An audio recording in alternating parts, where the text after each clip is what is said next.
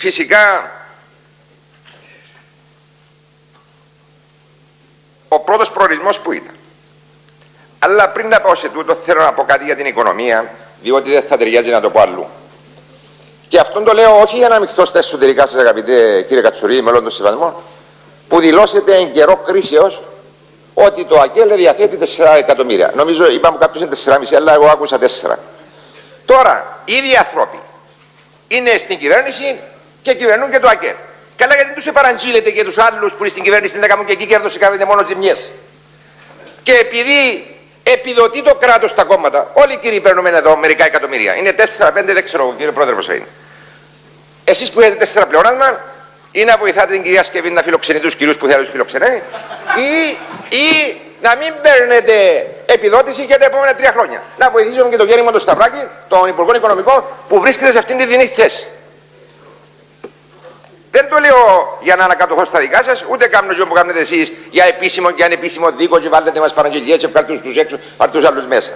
Αλλά επειδή είναι οικονομικά και πληρώνει ο φορολογούμενος πολίτης, είναι καλό να λέγεται. Και ξεκινούμε με το Κυπριακό. Εξελέγει ο πρόεδρος της λύσης με ευέλικτες διαθέσεις και άκρατη αισιοδοξία. Και θέλω να πιστεύω ότι καλόπιστα ενεργεί. Αλλά δεν σημαίνει ότι όποιος πιστεύει ότι ενεργεί καλόπιστα, εμείς δεν μπορούμε να ασκούμε κριτική, γιατί είναι εμάς που επηρεάζει την Κύπρο, τον τόπο μας, τα παιδιά μας, τα εγγόνια μας. Πρώτος επισκέφθηκε τον κύριο Κορτοπράου και τι έκαμε. Άλλαξε το μνημόνιο που είχε ο Τάσος. Γιατί δεν ήταν καλό, φαίνεται να κάνουμε καλύτερο. Και τι έκαμε. Έκαμε ένα μνημόνιο το οποίο εξημέτρωνε τις βάσεις. Και για του λόγου του αληθές, όταν ξαναπήγε, θυμάστε την περιβόητη φράση The children and the grandchildren, τα εγγόνια και τα ισόγγωνα δεν θα αγγίσουν πάνω στις βάσεις. Ενώ όταν ήταν γενικός γραμματέας, διαμαρτυρόταν και έλεγε 6 βάσεις του θανάτου. Τώρα έδωκε τους πιστοποίηση ο πρόεδρος της Δημοκρατίας, ανευλόγου και αιτίας. Και αυτό είναι μέγα σφάλμα να το κάνουμε χωρίς λόγο. Τι επήραμε εμείς. Και οι Βρετανοί, οι οποίοι είναι οι δημιουργοί όλων των κακών και όλων των δεινών του κυπριακού λαού, εμείς να τους διαβεβαίνουμε ότι θα αφήσουμε την υπόθεση στα εγγόνια και τα δυσέγγωνα. Μα πρέπει να φύγουμε εγγόνια και δυσέγγωνα για να γίνει τούτη δουλειά. Που πολύ φοβούμε, με τον τρόπο που βαίνουμε και προχωρούμε, θα είναι πολύ δύσκολα τα πράγματα για το μέλλον αυτού του τόπου. Και δεν νομίζω ότι ο Κόρτον Μπράουν εξεπικίναν το πρωί με την κάρτη, αν και φέρνει και χαραβίκια και διαμάντια. Έστειλε σας άνθρωπο, σας παρακαλώ, στη Χαραυγή, πρωτοσέλιδο. Έστειλε ο φίλος του κυρίου Χριστόφια. Ο κολοφόνας του καπιταλισμού και του υπεριαλισμού. Είπε και ο άντρας προχθές ότι είναι οι κραδασμοί του υπεριαλισμού που φέραν την κρίση, του καπιταλισμού που φέραν την κρίση. Μα αλλά οι καταποντισμοί των άλλων που είναι.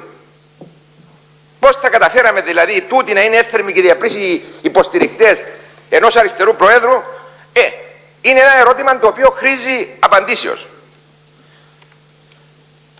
Και εγώ λέω, με όλη μου την καλοπιστία δηλαδή, ο πρώτος του που λέει τα εννοεί. Αλλά ξέρετε τι έπαθαμε. Αποκτήσαμε την πολιτική του Νεβίλ Τσάμπερλεϊν. Ο Τσάμπερλεϊν το 1938 τι έκανε. Επειδή τρεχοντώσει στο Χίτλερ να τον καλοπιάσει, να σταματήσει το κακό. Και έκαμε την περιβόητη το σύμφωνο του Μονάχου, το οποίο στην ουσία τι ήταν. Το αποτέλεσμα ποιον ήταν. Να διαλύσει τη Τσεχοσλοβακία και να παραδώσει στην ουσία τον έλεγχο του ορεινού όγκου της Μοραβίας που έλεγχε την Ανατολική Ευρώπη στα χέρια του Χίτλερ και να αφοπλίσει τις 85 μάχημες μεραρχίες της Τσεχοσλοβακίας. Και το αποτέλεσμα ποιον ήταν. Το αποτέλεσμα ήταν να επισπεύσει τον πόλεμο, αλλά εκεί είχαμε έναν πόλεμο αιματηρό με θύματα και καταστροφές, αλλά κανέναν κράτος δεν κινδύνευε να διαγραφεί από το χάρτη. Εδώ ας συνεχίσουμε αυτή την πολιτική, αγαπητοί συνάδελφοι, είναι το τέλος του κυπριακού ελληνισμού. Και το είπα και το επαναλαμβάνω. Αν ομιγέννητο όλα αυτά τα οποία θα περιγράψω πιο κάτω εφαρμοστούν στην πράξη, η Κύπρος θα τουρκοποιηθεί και ο ελληνισμός θα εξαλειφθεί. Και έφερα το βιβλίο του Νταβούτογλου. Λέει στη σελίδα 79. Να διαβάσω μόνο μια απλή παράγραφο. Οι Τούρκοι μας τα γράφουν δηλαδή. Λέει ο κύριος Νταβούτογλου περιβόητος. Ο δεύτερος σημαντικός άξονας του κυπριακού ζητήματος είναι η σημασία της γεωγραφικής θέσης του νησιού από γεωστρατηγικής άποψης. Ο άξονας αυτός καθεαυτός είναι ζωτικής σημασίας και ανεξάρτητα από το ανθρώπινο στοιχείο που βρίσκεται εκεί, ακόμα και αν δεν υπήρχε ένας μουσουλμάνος Τούρκος εκεί, η Τουρκία όφιλε να διατηρεί ένα κυπριακό ζήτημα ανοιχτό. Τούτο να το κρατήσετε ολόκληρο για το διάζηση του συναδέλφου να το διαβάζω. Επίσης, εδώ υπάρχει το βιβλίο της αιματηρής αλήθειας, το οποίο έγραψε η Κίνηση για την Ελευθερία και Δημοκρατία και Δικαιοσύνη. Και ακούστε σας παρακαλώ, ο Νιχάτε Ρήμ το 1956, με τις εκθέσεις του τις 24 του Νιόβρη και τις 22 του Δεκέμβρη του 1956, απεφάσισε τι θα κάνουν στην Κύπρο. Εφροντίσαν ως το 1958 που εμείς είμαστε στον απελευθερωτικό πόλεμο, στον απελευθερωτικό αγώνα του 1955-1959, να φέρουν να εξοπλίσουν 10.000 Τούρκους με τα όπλα τους και σχεδίασαν και είπαν το εξής περιβόητο. Δηλαδή είναι τρομακτικό και ανατριχιαστικό τι σχεδιάσαν. Με στόχο ακόμα και την αλλίωση του εθνολογικού δημογραφικού χαρακτήρα της Κύπρου, την ελληνική πλειοψηφία, την οποία θεώρησαν ως περιστασιακή και καθόρισαν την ανατροπή της. Γι' αυτό όταν συζητούμε με τους απέναντι πρέπει να έχουμε κατά νου τα ιστορικά γεγονότα. Κρατήστε το και τούτο. Και επίσης έφερα και το βιβλίο του κυρίου Χριστόλου Χριστοδούλου, δεν νομίζω να αμφισβητεί κανένας την εγκαιρότητα του ανδρός, διετέλεσε σε πολλά ύψιστα κρατικά αξιώματα, που λέει τι θα πάθουμε αν πως σε εφαρμογή τέτοιες λύσεις τύπου ΑΝΑΝ. Πάρτε το κι αυτό.